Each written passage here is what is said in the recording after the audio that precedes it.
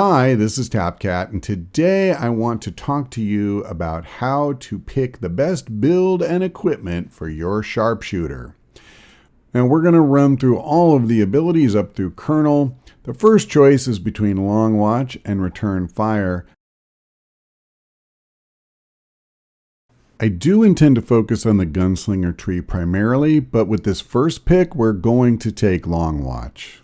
It will be far more common that you'll be in a situation where Overwatch won't work unless it's running through squad sight, the enemy is too far away, than it is that an enemy will shoot at you at this soldier specifically, and you'll get value from Return Fire.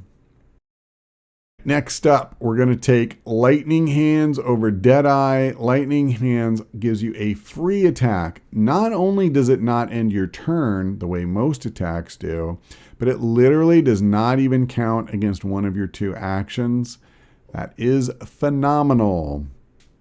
Death from Above is pretty mediocre, even for a long-range sniper.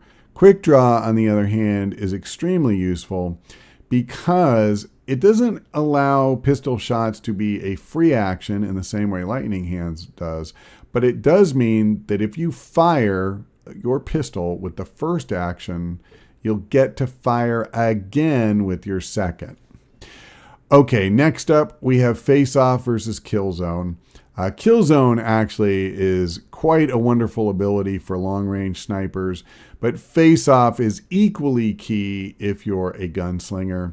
With it, you can fire.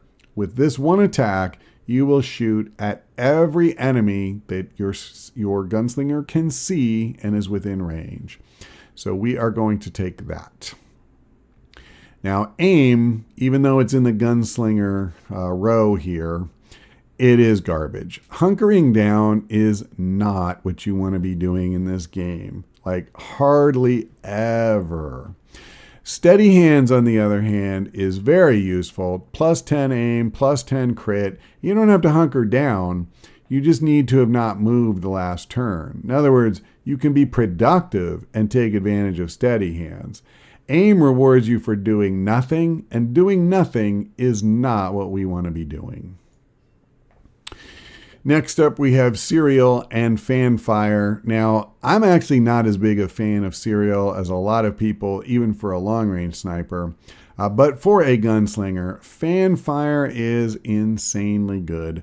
Firing your pistol 3 times in rapid succession. Once you have gotten up to, the plasma pistol, and you put something like dragon rounds in there, or pretty much whatever you want, to be honest, this thing is really going to bust up almost anything you're fighting, and especially if you've softened it up first with Lightning Hands and maybe another, pistol shot using Quick Draw. So we're taking Fanfire all day, every day. Now let me just add before we move on that while Gunslinger is my preferred build, I know a lot of people really like the long-range snipers too. So if you'd like to see a build on that, then please just leave a comment below and I will definitely consider doing another video on that. Next up, let's take a look at weapon upgrades. So this probably won't come as a surprise if you've watched any of my other guides. Superior scope. This is absolutely no questions asked what you want on any sharpshooter you build. The best scope you can find.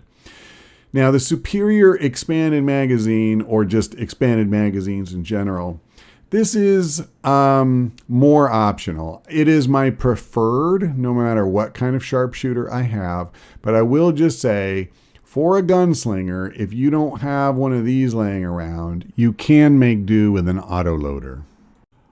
All right, now for the PCS, this one's very straightforward.